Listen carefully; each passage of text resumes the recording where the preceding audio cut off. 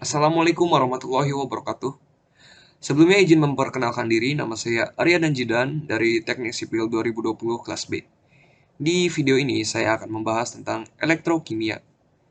Apa itu elektrokimia? Elektrokimia adalah serangkaian pemisahan muatan yang terjadi di dalam media cair seperti larutan. Pemisahan larutan homogen dengan elektrokimia menerapkan prinsip reaksi oksidasi dan reaksi reduksi, di mana salah satu zat yang dipisahkan nantinya akan mengalami pengendapan menjadi bentuk padatan, sehingga dapat dipisahkan dari larutannya.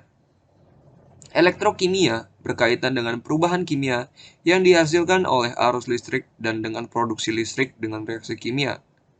Banyak logam dimurnikan atau dilapisi ke perhiasan dengan metode elektrokimia, seperti contohnya yaitu jam tangan digital, kalkulator, dan alat pacu jantung. Selanjutnya yaitu sel elektrokimia. Sel elektrokimia diklasifikasikan menjadi dua bagian, yaitu yang pertama sel elektrolisis dan sel volta. Sel elektrolisis adalah sel di mana energi listrik dari sumber eksternal menyebabkan reaksi kimia yang terjadi dengan tidak spontan. Sedangkan sel volta adalah sel di mana reaksi kimia spontan menghasilkan listrik dan memasukkannya ke sirkuit eksternal. Selanjutnya itu komponen sel elektrokimia. Yang pertama yaitu konduksi elektrikal. Konduksi elektrikal adalah konduksi arus listrik oleh gerakan ion melalui larutan atau cairan murni. Ion bermuatan positif bermigrasi menuju elektroda negatif, sementara ion bermuatan negatif bergerak menuju elektroda positif. Kedua jenis konduksi, ionik dan logam, terjadi dalam sel elektrokimia. Selanjutnya itu elektroda. Elektroda adalah konduktor yang dilalui arus listrik dari satu media ke yang lain, biasanya dari sumber listrik ke perangkat atau bahan. Dalam kasus arus arah atau DC, elektroda datang berpasangan yang dikenal sebagai anoda dan katoda. Untuk baterai atau sumber DC lainnya, katoda didefinisikan sebagai elektroda dari mana arus meninggalkan, dan anoda sebagai titik di mana ia kembali. Selanjutnya yaitu sel elektrolisis. Reaksi elektrolisis dapat didefinisikan sebagai reaksi peruraian zat dengan menggunakan arus listrik.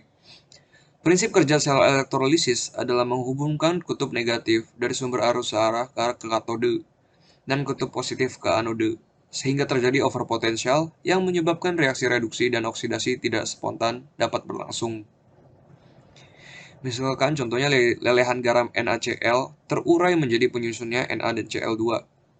Reaksi ini termasuk reaksi redoks, di mana bilangan oksidasi yang masing-masing unsur adalah sebagai berikut. Unsur Na mengalami reduksi dan unsur Cl mengalami oksidasi.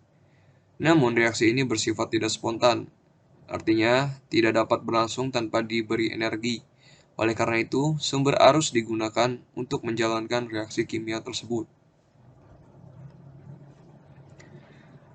Jadi, lelehan NaCl membentuk ion Na positif yang tertarik ke katoda dan ion Cl negatif yang tertarik ke anoda. Pada baterai arus mengalir dari kutub positif menuju ke kutub negatif. Hal ini mengakibatkan elektron tertarik dari anoda dan membuat ion Cl negatif di anoda teroksidasi membentuk gas klorin. Elektron yang dilepaskan dari anoda tadi kemudian dialirkan menuju ke katoda oleh baterai, yang kemudian ditangkap oleh ion Na positif sehingga tereduksi membentuk logam Na. Logam Na ini akan terdeposit atau membentuk padatan yang menempel di katoda. Selanjutnya yaitu aplikasi sel elektrolisis. Yang pertama, cara kerja sel elektrolisis digunakan untuk metode pembuatan gas oksigen, hidrogen, atau gas klorin di laboratorium.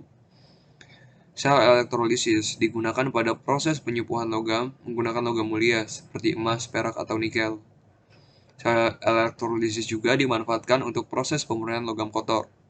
Logam kotor diletakkan di anoda, sedangkan logam murni ditempatkan di katoda. Selanjutnya yaitu hukum Faraday. Pada tahun 1832 sampai 1833, studi elektrolisis Michael Faraday menghasilkan kesimpulan ini.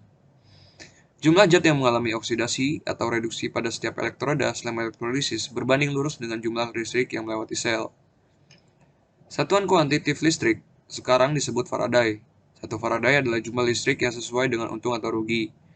Dan oleh karena itu, lewatnya 6022 kali 10 pangkat 23 elektron atau 1 mol elektron.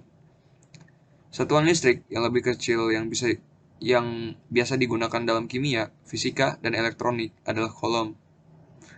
Satu kolom didefinisikan sebagai jumlah muatan yang melewati suatu titik ketika arus listrik 1 ampere mengalir selama 1 detik.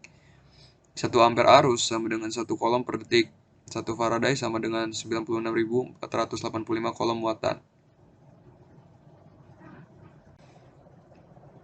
Oke, di sini ada contoh soal hukum Faraday mengenai elektrolisis. Jadi soalnya itu, berapa massa logam Seng yang diendapkan jika arus listrik sebesar 5A dialirkan ke dalam larutan Jn NO3 selama 2 jam? Oke, akan saya jawab. Jadi, endapan Jn terbentuk di katoda akibat reduksi ion Jn2 positif dalam larutan menjadi logam Jn. Pada reaksi tersebut, kita dapat perubahan bilangan oksidasi atom valensi yaitu 2 berdasarkan jumlah elektron yang ditangkap. Kemudian diketahui juga dari soalnya bahwa kuat arus sebesar 5 ampere dan waktu reaksi selama 2 jam atau 7.200 detik. Jadi berikutnya masa endapan kita cari dengan rumus M sama dengan E kali I kali T dibagi N kali 96.500. Jadi sama dengan AR kali I kali T per N kali 96.500. Jadi dimasukkan dari yang diketahui ke rumus dan kita mendapatkan hasil 12,12 gram.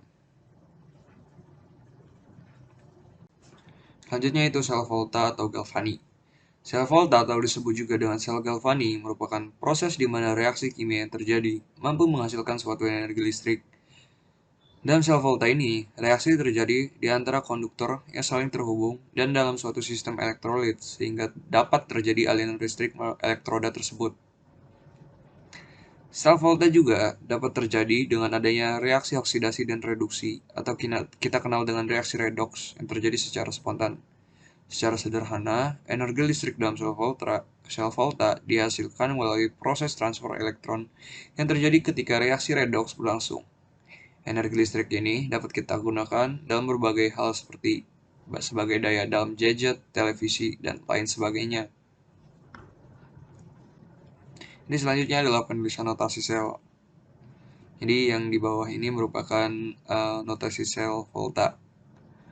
Jadi penulisan notasi sel volta ini kalau mengikuti konvensi umum sebagai berikut. Notasi sel terdiri dari anoda dan katoda. Tanda garis 2 adalah jembatan garam untuk memisahkan fase berbeda. Kemudian tanda yang bergaris 1 adalah batas fase untuk memisahkan fase yang berbeda.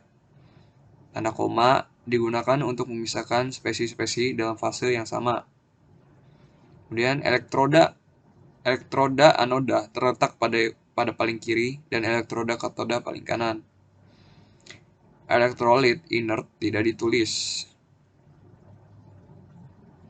Ya, itu saja yang dapat saya sampaikan pada video ini.